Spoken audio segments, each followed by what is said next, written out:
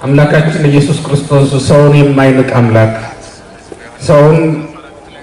ሰዎች እንደጠሉት የማይጠላ እንደ ሰዎች ባዩን አይን የማያየንና የማይመለከተን በመሆኑ ምንም እንኳን ሰዎች የጠሏትና የተዋት ሴት ብትሆንም ቅሉ አምላካችን መድኃኒታችን ኢየሱስ ክርስቶስ ፈልጎ እንዳገኛት ታሪኩ ይነግራል። ያቺ ሴት እዚያ ቦታ የተገኘችው ዕለት ዕለት የምታከናውነውንና የምታደርገውን ስራ ለመስራት ሁልጊዜም እንዳስለመደችው ውሃ ለመቅዳት ወደ ውሃው ምንጭ ወረደች። ያን ቀን ግን ያልጠበቀችውን የሕይወት ውሃ ተጠጣ ዘንድ ከእግዚአብሔር ዘንድ በረከትን አገኘች። እሷ ስትመላለስ የነበረው ከዚህ በፊት እንስራዋን ሞልታ ትሄዳለች፣ በበነጋው ደግሞ አልቆባት ትመለሳለች። እንዲህ ነበር ኑሮዋ። እግዚአብሔር ያንን የድካም ሕይወት ሊቀይርላት ስለፈለገ ዛሬ በዚያ የምንጭ ውሃ አጠገብ አገኛት። እንደ ከዚህ በፊቱ እየተመላለሰች የምትቀዳውን ውሃ ሳይሆን ቀድታው የማታውቀውን የዘላለም ሕይወት ውሃ ያጠጣት ዘንድ ነው ወደዚህ ምድር የመጣው። በእውነት ክርስቶስ ወደ ዓለም የመጣው የእግዚአብሔር ቤተሰቦች የሰው ልጅ ሕይወቱ ይለወጥ ዘንድ ነው እንጂ በዚያው ባለበት ጸንቶ ይኖር ዘንድ ነው። እግዚአብሔር ሰው የሆነው እኛን ከሐዘን ወደ ደስታ ለመመለስ ነው እንጂ በሐዘን ላይ ሐዘን ለመጨመር ነው። በእርግጥ ክርስቶስ በዚህ ምድር ላይ ከተቀበለው መከራ የተነሳ ያንን መከራውን በማሰብ ቅዱሳን ሁልጊዜ ስለ ክርስቶስ ሐዘንተኞች ሆነው ይኖራሉ። ልብን ደስ የሚያሰኝ እና ደስ ብሏቸው ወደው የሚቀበሉት መከራ ነው። ስለ ክርስቶስ የክርስቶስን መከራ ማሰብ ለነፍስ ትልቅ ደስታዋ ነው። መንግስቱ ለልብ ስቅለተ ሥጋ ይላል ማር ይስሐቅ። የልብ ደስታው ስልጣኑ ክብሩ ምንድን ነው ትለኝ እንደሆነ ሥጋን ከክርስቶስ ጋር በመስቀል ላይ ማዋል፣ በክርስቶስ መስቀል አጠገብ ማቆም ሰውነትን፣ ይሄ ነው ለልብ ክብሩ ይላል። እንዲህ ስለሆነ ነው ቅዱሳን ወደው የሚቀበሉት እንጂ አዳም በኃጢአቱ ምክንያት ስለተጎዳ የመጣችበትን ሐዘን አይደለም። ብርቱ ሐዘን ነፍስን ከእግዚአብሔር የሚለይ መከራ ሲያጋጥም ነው እንጂ ነፍስን ከእግዚአብሔር ጋር የሚያገናኝ መከራ ሲያጋጥም ሐዘን አይደለም። በአጻፋው ይታወቃል ደስታ ነውና ቅዱሳን ደስ ብሏቸው የሚቀበሉት ነው። ከእግዚአብሔር የሚለይ ነገር ሲያጋጥማቸው ብቻ ነው ሐዘን እንደገጠማቸው የሚቆጥሩት። አዳም ያዘነውም አባቶቻችን እንደነገሩን ገነትን ከማጣቱም በላይ አዳምን ያሳዘነው እግዚአብሔርን ማሳዘኑ፣ እግዚአብሔርን ማስቀየሙ ነው። ምክንያቱም እግዚአብሔርን ማጣት ሙሉ ሕይወትን ማጣት ስለሆነ ነው። እግዚአብሔር የሰጠንን ነገር ብናጣ ወገኖች እግዚአብሔርን በማግኘት እናካክሰዋለን፣ እንተካዋለን። እግዚአብሔርን ግን ብናጣና የሰጠንን ነገር ይዘን ብንቀር ምን እናገኛለን? ምንም አናገኝ። በእውነት የምንጩን ውሃ በእንስራ ቀድተን ቤታችን ወስደን ምንጩ ግን ቢደርቅብን ምን እንሆናለን? ቤታችን ቀድተን ያኖርነው ውሃ ያልቃል። የምንጭ ውሃ ቢኖር ግን ለዘላለም ስንጠጣው እንኖራለን። ኢየሱስ ክርስቶስ ወደ ዓለም የመጣው ለሰው ደስታውን ለመመለስ ነውና በክርስቶስ መምጣት በክርስቶስ መወለድ ብቻ የሰው ልጅ ደስ እያለው ሊኖር ይገባዋል። ሁሉን ነገር ቢያጣም ማለት ነው። እግዚአብሔር ዛሬ ሀብት ባይኖረኝም ዛሬ ሰዎች እንዳላቸው ክብር መጠን ባይኖረኝም ክርስቶስ የመጣው እኮ ለእኔ ነው በሚለው ነገር ብቻ ተደስቶ መኖር ይገባዋል የሰው ልጅ። ክርስቶስ የመሰለው እኔን ነው ብሎ በመላእክት እንዳንቀና በእውነት ክርስቲያኖች የተደረገልንን አስቡ። በመላእክት እንኳን ልንቀና አንችልም። ምክንያቱም ክርስቶስ መስሎ የመጣው እኛን ስለሆነ ነው። የተካፈለው የእኛን ባህሪ ነው እንጂ የመላእክትን ባህሪ አይደለም። ሐዋርያው ቅዱስ ጳውሎስ እንዳስተማረን ይነሶ ለዘነሶ መላእክት ዘእንበለ ዳይሞም ዘርአ አብርሃም ነው። ከአብርሃም ወገን ነው እንጂ ሰው ሆነው ከመላእክት አይደለም። የነሳውን ሥጋ የነሳውን ባህሪ ያገኘው ከመላእክት አይደለም ነው። በማን ልንቀና እንችላለን? በእውነትኛ ክንፍ ባላቸው ባለ 6 ክንፍ መላእክት እንኳን እንዳንቀና ነው። ይህንን የምነግራችሁ ከሥላሴ አንዱ ከኛ ወገን ሆኖ ተቆጥሯል። እኛ ስንቆጠር አብሮ የተቆጠረ ከኛ መካከል አብሮ የተቀመጠ ከኛ ጋር አብሮ የበላ የጠጣ ከሥላሴ ከሦስቱ አካላት አንዱ እግዚአብሔር ወልድ ሰው ሆኖ ወደ ዓለም የመጣው መልአክ ሆኖ አይደል። ስለዚህ በመላእክት እንኳን ልንቀና አንችልም። በምድራውያን ባለጠጎች እንዴት ልንቀና እንችላለን? በመላእክት እንኳን የማንቀና ከሆነ በምድራውያን ባለስልጣናት እንዴት ልንቀና እንችላለን? በምድር ባለው ክብር ሁሉ ልንማልልና ልንቀናን ልንመስጥ በፍጹም አንችልም። ምክንያቱም ክብርን ሁሉ የጠቀለለው ጌታ የኛ ስለሆነ የኛ ራስ ሆኖ ስለተጠራ የሱ አካል የሱ ሕዋስ ስላደረገን በዚህ ደስ ይለናል እንጂ በሌላ ነገር አይደለም። ወገኖች በምንም ነገር ደስታችን ፍጹም ሊሆን አይችልም በክርስቶስ ደስ የማንሰኝ ከሆነ። ስለዚህ ክርስቶስ ወደ ዓለም እኛን መስሎ በመምጣቱ ደስ ሊለን ይገባል። ከሀብታም ወይም ከድሃ መወለዳችን አይደለም ለሐዘናችንም ለደስታችን ምክንያት መሆን ያለበት። ከትልቅ ወይም ከትንሽ መወለዳችን አይደለም ዋናው ቁም ነገሩ። ከክርስቶስ መወለድ ለኛ በቂ ነገር ነው። ምክንያቱም በምድር ላይ ከተመላለሱ ሰዎች መካከል ክርስቶስን የሚያክል ማን ነው? አዳም፣ አብርሃም፣ ይስሐቅ፣ ያዕቆብ ማንም አይደለም፣ ማንም አይደለም። ስለዚህ ከክርስቶስ በመወለዳችን ብቻ ደስ ሊለን ይገባል። ይህችን ሴት ሐዘኗን ሊለውጥላት ነው እንዳይመጣው በምትመላለስበት በዛ ዘወትር በምትደክምበት ይሰማቸዋል፣ እንዲሰማቸው ነው ያለው። ስለ ሁሉም ነገር እግዚአብሔር ስሙ የተመሰገነ ነው። አሁን እዚህ ላይ ማየት ያለብን እግዚአብሔር ቤተሰቦች በምትወጣበት በምትወርድበት መንገድ ምንም እንኳን እቺ ሴት ከኃጢአተኞች ሰዎች አንዷ ብትሆን ችግር አይኑን አፍጥጦ መጥቶባት አሁን ያለችው የምትኖረው በተደበቀ ኃጢአት ውስጥ ነው። ሰው በማያውቀው ኃጢአት ውስጥ ትኖራለች። ያ ማለት ምን ማለት ነው? ኢየሱስ ክርስቶስ እንደነገራት እንደገለጠው ማለት ነው። እግዚአብሔር የሚያውቀው እኛ የሰወርነው ብዙ ኃጢአት አለ አይደል? አንዳንዱ ተገደን የገባንበት ሊሆን ይችላል። እንደ ሰውኛው መውጣት አልችልም በቃ አማራጭ የለኝም ብለን የገባንበት ሊሆን ይችላል። ተገደን የገባንበት አንዳንድ ጊዜም ደግሞ ልማድ ነው እንደው በሰዎች ዘንድ ከበሬታን ለማግኘት ብለን ያደረግነውም ሊሆን ይችላል። እቺ ሴት የተደበቀው ኃጢአቷ ምንድን ነው? አምስተኛ ባል ነው የነበራት። ባሏ አይደለም ግን ደግሞ በስሙ ትጠራበታለች። ከዚህ በፊት 5 ባሎች የነበሯት ሴት ናት። ጌታ እንደነገረ ቀድሙሳ 5 ብሎ ነገሩ ምስለጭ ነው ያላት። 5 ባሎች የነበሯት ሴት ናት።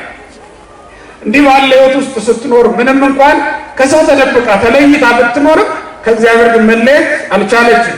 እግዚአብሔር የሚያውቀው ሰዎች ግን የማያውቁት በደል ይኖራል። ክርስቲያኖች እግዚአብሔር እንደ ሰዎች አይደለምና በሱ ፊት ልንናገር ይገባል። እግዚአብሔር ብትነግሩት አይታዘብም ወገኖች። ሰው ብትነግሩት ይታዘባል፣ ሰው ብትነግሩት ይጸየፋል። እግዚአብሔር ብንነግረው ደስ ይለዋል። የበለጠ ኃጢአታችንን ይቅር ብሎ እኛን ይወደናል። ይችን ሴት ይቅር ሊላት ነው ኃጢአቷን ያሳስባት እንጂ እንደ ሰዎች ሊያጋልጣት አይደለም። ሰዎች ካወቁ የሚጠቀሙበት እኛን ለማቁሰል ነው። እግዚአብሔር ደግሞ ኃጢአታችንን ገልጠን ስንነግረው የሚጠቀምበት ወይም ደግሞ የሚያደርገው እኛን ማከም ነው። እኛን ለማዳን ኃጢአታችንን ገልጸን እንድንነግረው እንድንናዘዝ ይፈልጋል። ለምን? የማያውቀው ሆኖ አይደለም፣ እንድንተዋት ተናዘን ከዚህ በኋላ ላናደርጋት ቃል እንድንገባ ስለሚፈልግ። ምክንያቱም ሰው ኃጢአትን ሲያደርጋት እንጂ ሲናገራት ያፍራል። እያፈረ ካፈረ ይተዋታል ማለት ነው።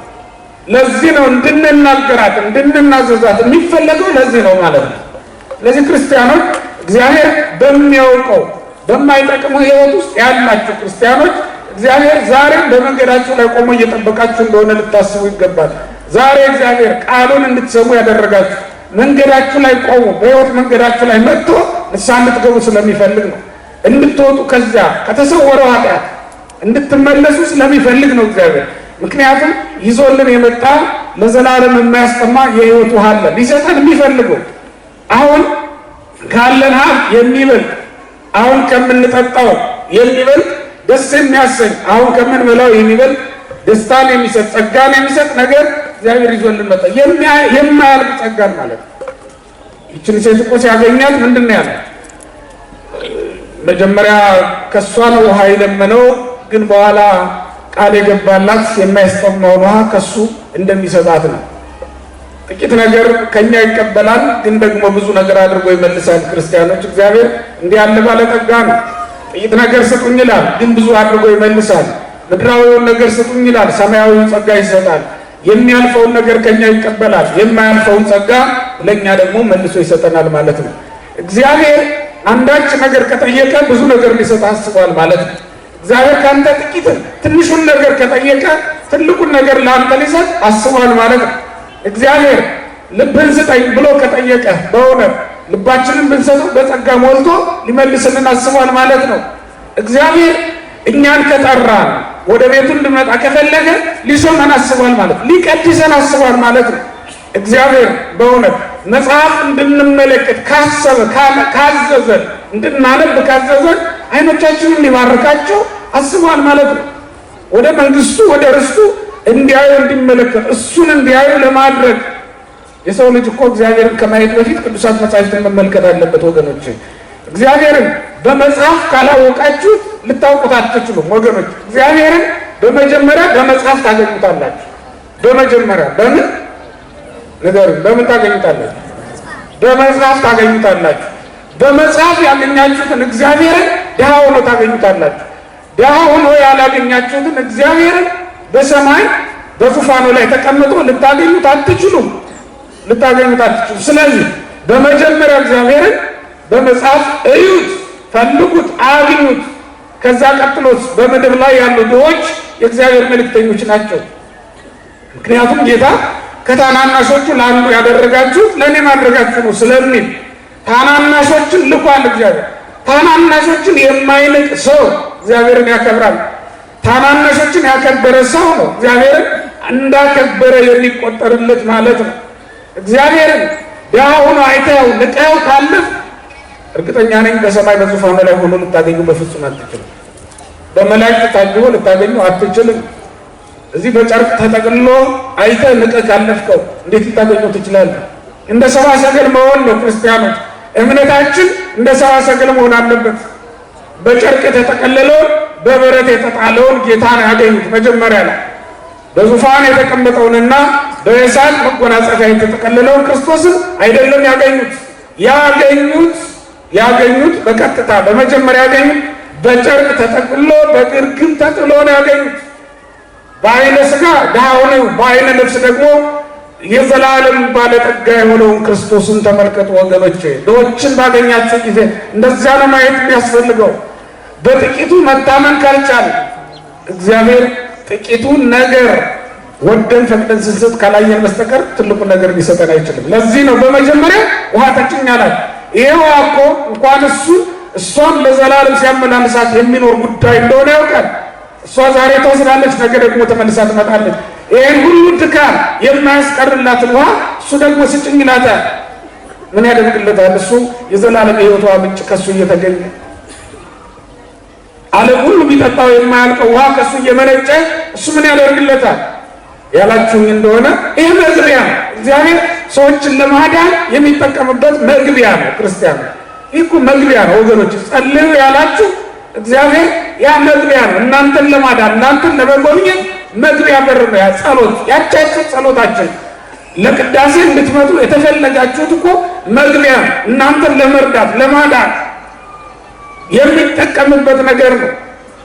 ዝሆንን በገመድ እንዲያስሩት፣ በሬን በገመድ አስረው እንዲጎትቱት፣ እኛንም በዚህ ትንሽ ነገር አስሮ ወደ እሱ ሊያቀርበን ስለፈለገ ወደ ራሱ ሊያስጠጋን ስለፈለገ ነው እንጂ ለሌላ ነገር አይደለም ወገኖች። ይቺ መግቢያ ናት ለመዳን ለመጠቀም የእግዚአብሔርን ጸጋ የእግዚአብሔርን በረከት ለማግኘት የምንገባባት ነገር ናት እንጂ እፍኝ ውሃ ሰጥተህ ለዘላለም የማያስጠማውን ውሃ ትቀበላለህ። ሐይቅ ባህር ትቀበላለህ። ይሄ ምንድን ነው? ሐይቁም ባህሩም ይነጥፋል እኮ አይደለም? ሐይቁም ባህሩም በየብስነት ይለወጣል አይደለም? ይለወጣል። ተራራውም ይናዳል ይጠፋል አይደለም? እግዚአብሔር ተራራውን ሁሉ ቢሰጠን ምን ይጠቅመናል? እግዚአብሔር ባህርን ሁሉ ቢሰጠን ምን ይጠቅመናል? ይልቁንም ለዘላለም አንድ ጊዜ ጠጥተውት የማያስጠማውን የሕይወት ውሃ ራሱን ሊሰጠን አይሻልም? ሊሰጠን የመጣው ለዘላለም የማያስጠማውን የሕይወት ውሃ ራሱን ነው ሊሰጠን የመጣው። ይህን ለመስጠት ነው ውሃ ጠጭኝ የሚለው እግዚአብሔር። ይህን ለመስጠት አስራት አውጡ ቢል እግዚአብሔር እኮ የእኛን ሀብት ለመባረክ የእኛን ሕይወት ለመቀደስ የሚጠቀምባት መግቢያው ናት ለእግዚአብሔር ወገኖች።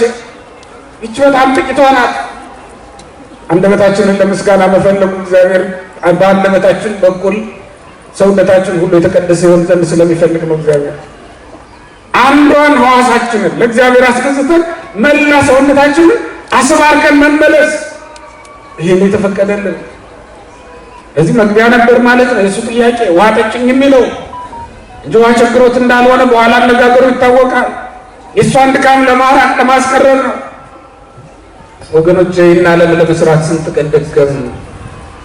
በገዛ ጥበባችን የምንሰራው መስሎን፣ በራሳችን ጉልበት የምናንጸው የምናቆመው መስሎን ለዚህኛው ቤታችን ስንት ቀን ተመላለስን። ስንቱን መከራየን። የስንት ሰው ፊት ገረፈን። ከስንት ሰው ጋርስ ተሟገትን። ከስንት ሰው ጋርስ ታገል። በስልጣን ታገል፣ በትምህርት ታገል፣ በእውቀት በሀብት ታገል ይህንን ዓለም ለማሸነፍ ግን አላሸነፍነው። ብዙዎቻችን አላሸነፍንም እስከ ዛሬ ድረስ።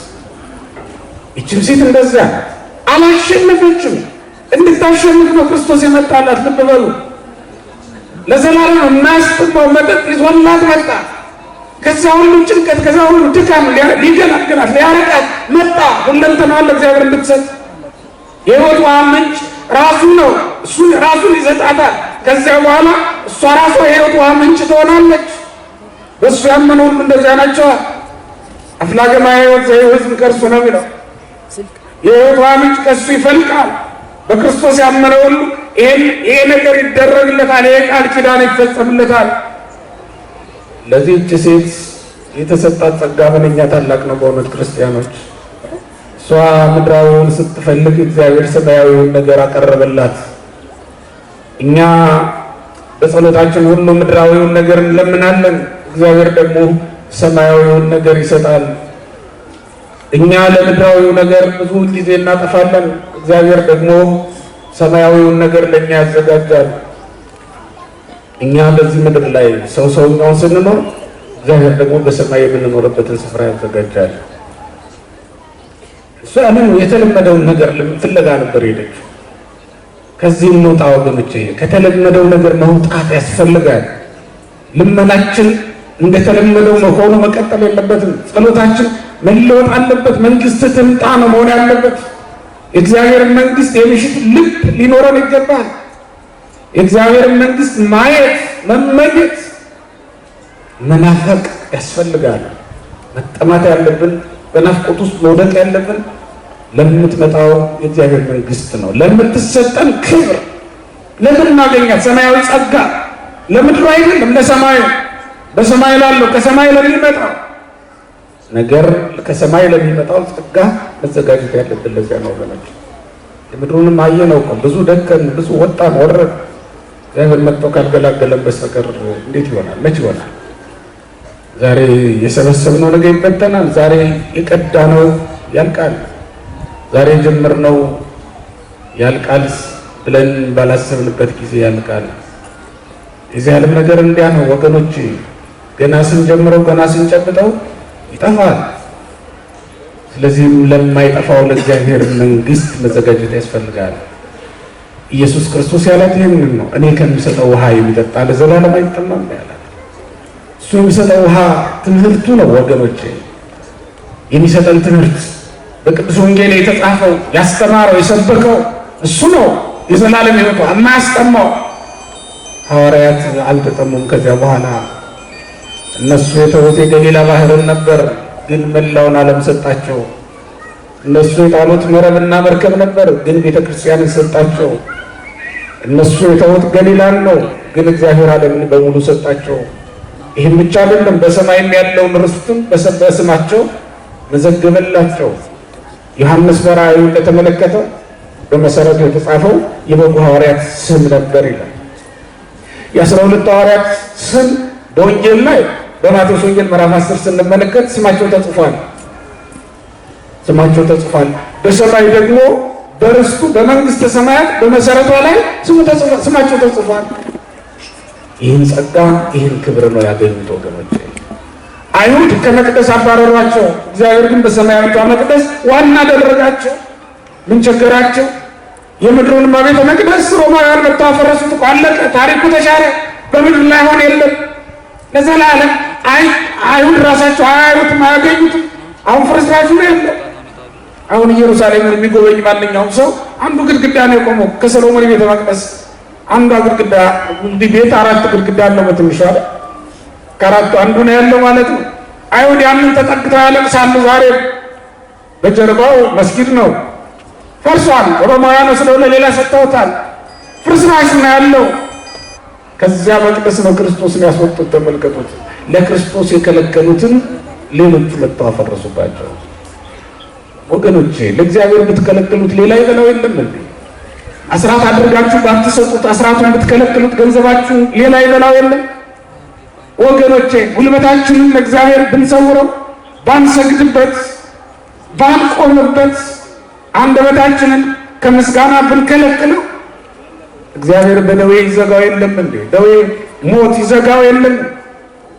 እንኳን ቤታችንን አንደበታችንን ያፈርሰው የለም እንዴ? ሞት ይለውጠው የለም? ሕይወታችን በሞት ይለወጥ የለም? ይህ ሕይወት ምንድን ነው? በእውነት ሰው የማለዳ ጤዛን አምኖ ውሃ ሳይቀዳ ይቀመጣል እንዴ? ክርስቲያኖች እስኪ ንገሩ። የዚህ ዓለም ሕይወት እንደ ማለዳ ጤዛ እንደሆነ አታውቁም እንዴ? የዚህን ዓለም ሕይወት አምኖ የወዲያኛውን ዓለም ሕይወት ሳይዙ መኖር ይቻላል እንዴ? ክርስቲያኖች እንደዛ አይደለም። በማለዳ ጤዛ ተስፋ የሚያደርግ እንደሌለ ሁሉ በዚህ ዓለም ሕይወትም ተስፋ የሚያደርግ ሰው ሊኖር አይገባም። አሁን የሰራችሁትን ቤት ሰዎች አሊያም ደግሞ ዘመን ያስረጀውና ይፈርሳል። በሰማይ ያለውን ቤት ግን የሚሰጠን እግዚአብሔር ነውና ማንም አያፈርሰውም፣ ለዘላለም ይኖራል። ለዚያ ነው ማሰብ፣ ለዘላለም ለሚሰጠን ነገር ነው መትጋት የሚያስፈልጋል። ለዚያች ሴት ቃል የገባ እግዚአብሔር ለእኛ ለሁላችንም የማያስጠማውን የሕይወቷ እንዲሰጠን ቅዱስ ፈቃዱ ይሆንልን። እግዚአብሔር